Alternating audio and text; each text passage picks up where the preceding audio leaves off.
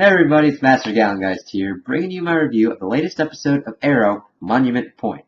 So, this was overall a pretty good episode. The only weaknesses were we got back to the flashbacks, and it's still kind of moving kind of weirdly in the flashbacks. We still don't have any concrete idea of how this is tying in to the main season, other than like Constantine and the idol part, and that's about it.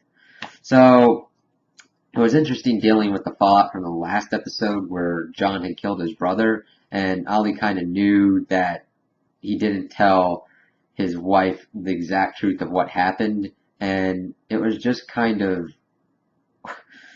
beating a dead horse at this point. They're trying to make it like you can't lie to anybody ever, but it's like there are certain cases where you have to lie. It's either not your secret to tell, you're trying to throw a surprise party or something, because God forbid you'd have to deceive someone into having a cool surprise, or it's just like a thing that you cannot tell at that moment in time.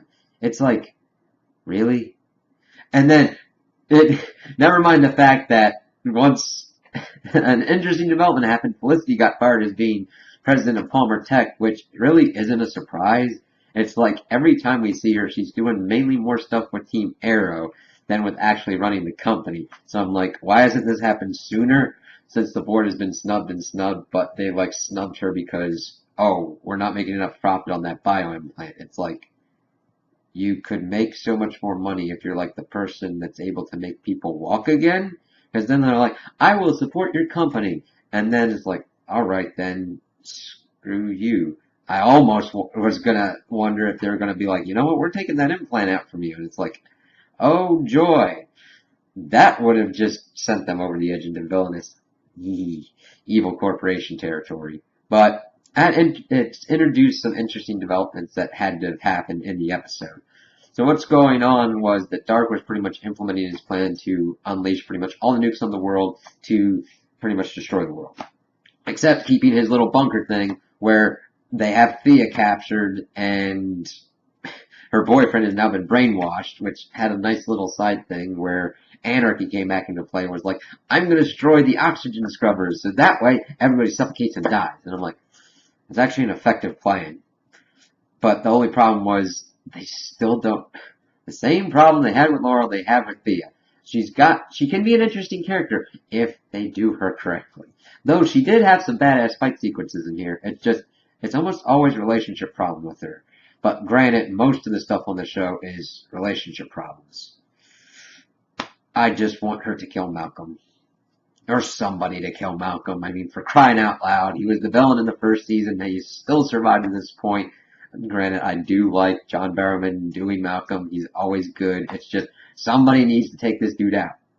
So, in order to kind of stop the nukes, they had to team up with Felicity's dad, the Calculator. And that had a nice, interesting kind of dynamic to it because they're like, we need him. We can only trust him in order to like take out the encryption and stop the nukes. Other than that, pretty much keep him on guard.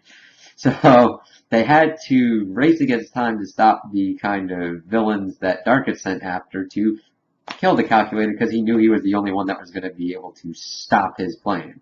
And it was interesting because they were able to get him and break into Palmer Tech and kind of clone the computer processor that they were making so that way they could hack through it, which had a great fight scene with Oliver in the stairwell, who wasn't in his costume as the Arrow, but it was a lot more physical and kind of parkoury than like the usual kind of stuff. And I was like, that's actually pretty cool. And actually, there were really good fight sequences throughout this whole episode. I was really kind of glad for it because it kind of broke up the monotony, and also it was a different kind of physicality that was going on. So they got that out, and which kind of begs the question, did they actually have to do that to begin with? Because where the hell's Curtis? I mean, they set him up to do stuff, and it's like, you know what? She could have just been like, hey, Curtis, you still work there. Can you help us out? And it's like, okay, they could have went that route, but I like to break in a little bit better. So they set up their shop at a server farm, and they had to, like, defend themselves while the, of course, villains that were built up in season 3 were just shoved off to try and fight through to get to them, and The only thing that really happened was that Felicity's father pretty much shielded her from gunfire, and that was about it. And they were only able to stop. They had just one nuke that they weren't able to stop, and Felicity had to pretty much make a decision called move the GPS marker of it to put it in the least place that it would do the least amount of damage. And you could tell that's probably going to eat on her for a while because tens of thousands died. Whereas if it was going to where it was going to go, it was going to be upwards of the millions. So I'm interested to see how that kind of fallout goes on through the rest of the season towards the season finale. And then Oliver and Diggle found Dark pretty much feeding off that energy, and it was really creepy. And it's like, okay, we kind of, I mean, they did a good job at setting up a villain, but how are they going to defeat him? It really hasn't. I mean, yeah, Oliver can like stop the effects of the magic on him, but how's that going to help him kill Dark? No, we'll have to see. Hopefully the writers are able to get into that kind of part. And the flashbacks, I don't know what happened. I mean, I know what happened. They were fighting Reader and they got the totem away from him, but is he dead? Why did her eyes go gold? The person that Oliver was helping, it was just not much in there, and what was confusing. But hopefully it'll tie back in and do something towards the end of the season. But overall, I was pretty happy with this episode. There wasn't as much annoying stuff going on as has been through this season and the last season. So hopefully we'll have a better tied in package for the end of the season, setting up for season 5. So that's my opinion on the episode. Tell me what you guys think in the comments below. If you liked it, if you didn't like it, if you agree with me, if you disagree with me.